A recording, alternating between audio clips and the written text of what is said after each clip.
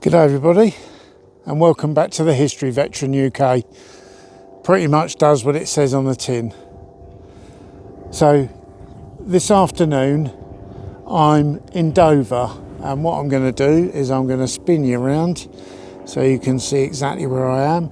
In fact, just behind me is one of the gun platforms that is part of Fan Bay battery and deep shelter. It's just round the corner to my left actually.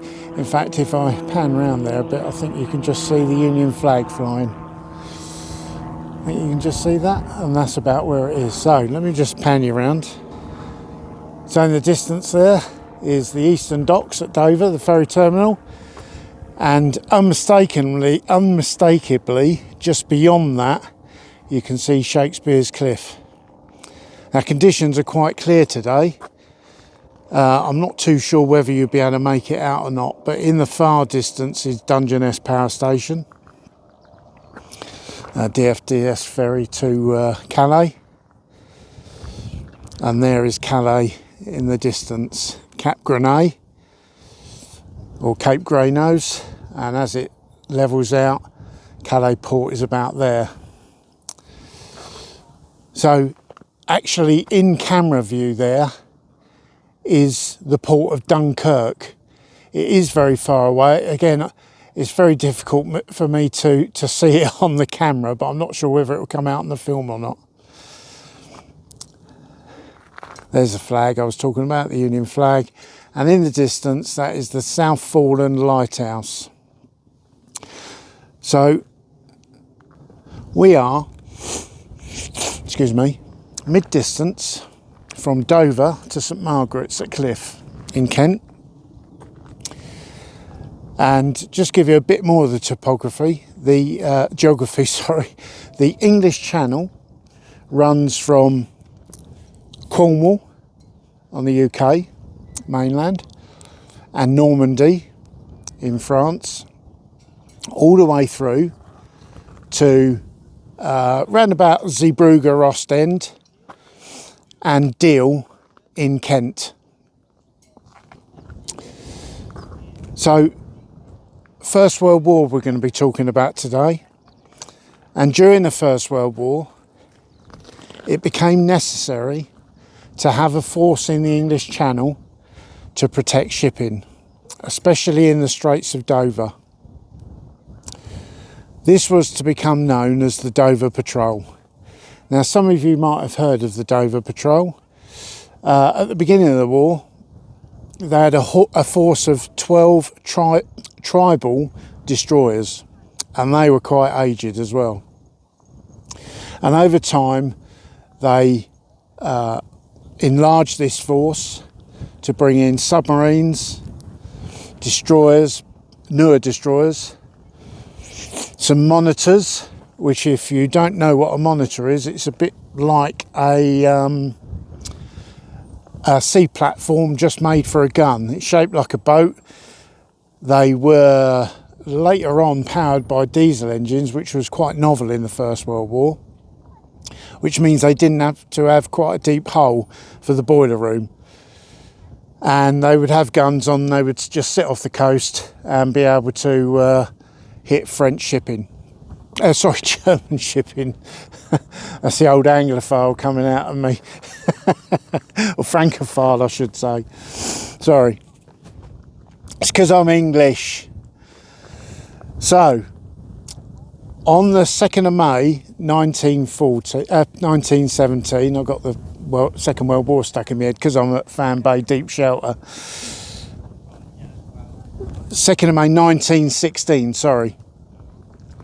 I will get it right. I did research it, I promise. 4 coastal motorboats, and I'll stick a picture up about them. They pretty much look like a racing boat. That's what first struck me about them.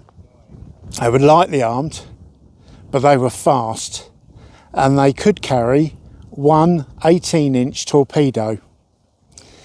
So 4 of these set off from Ostend, which again was also part of the Dover Patrol. So it had commands on both sides, Boulogne, Dover, Folkestone, Ostend, and I believe there was some at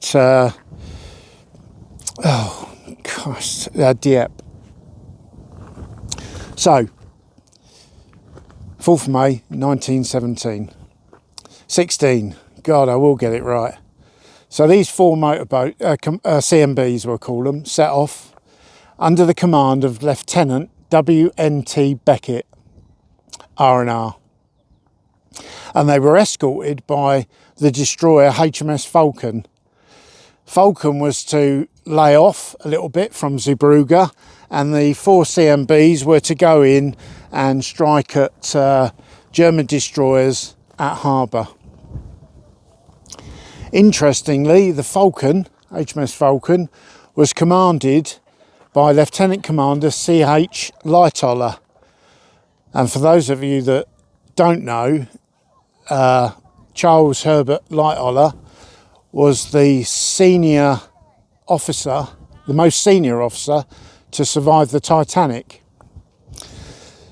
And now here he is in command of a naval warship. He was quite a professional sailor. In fact, in 1940, he took his small boat, the Sundowner, one of the most famous little ships, across to Dunkirk. He was involved a bit later on in the war, in the First World War, in a controversial incident involving machine gunning German sailors in the water. Whether that's true or not, I don't know. You may have to, if you wish, just have a look at that. So these 4 CMBs went into Zeebrugge harbour. Becket fired his 18-inch torpedo and unfortunately missed. So he set back and watched the other 3 go in. G88, a German destroyer, I don't know the name of it, I've only got the classification, was destroyed and sunk in the harbour, and the 4 CMBs made their way out. It's quite a courageous action. When you see these tiny little boats, considering that the Belgian coast was a very dangerous place to be, there were over 30 batteries aimed at into the channel, German batteries aimed into the channel. It was quite a dangerous place to be. And these 4 little boats set about destroying 1 destroyer in the port of Zeebrugge. So this isn't the Zeebrugge raid, I hasten to add. That was later on in 1918. Becket was awarded the DSO, and the other the other captains of their command boats, coastal motorboats, they were also awarded DSCs, and one other, I think Reed, was given a DSO. Admiral Bacon, who was in command of the Dover Patrol at the time,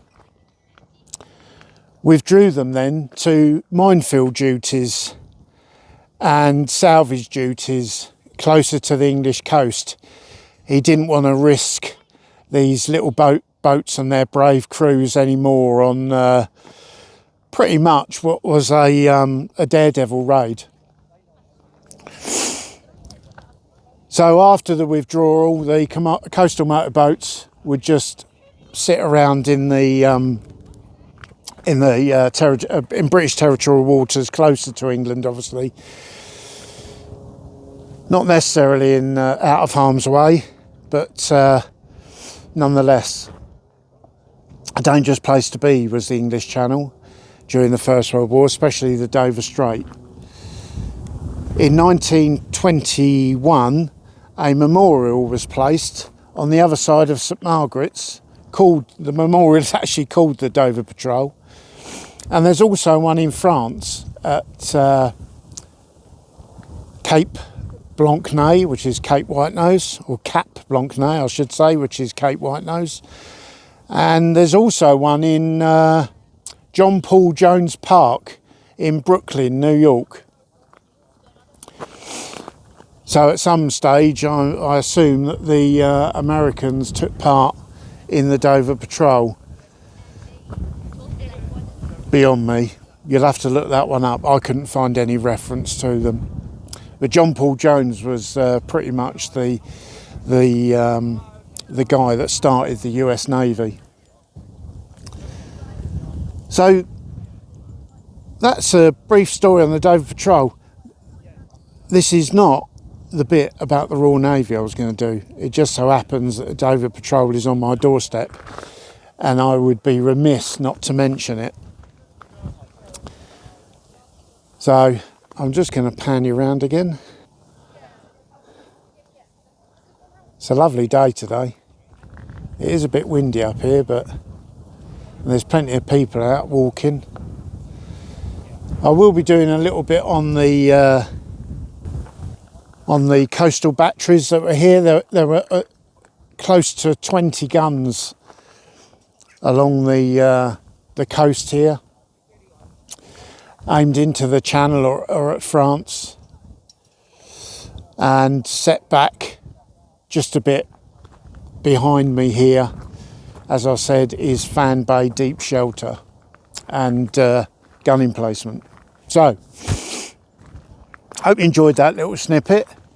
It just, I just happened to be out, and like I say, I don't walk very far these days, so I have to take it easy. I've been walking or trying to get here since about 10 o'clock this morning, so it's taken me almost 2 hours just to get to this point.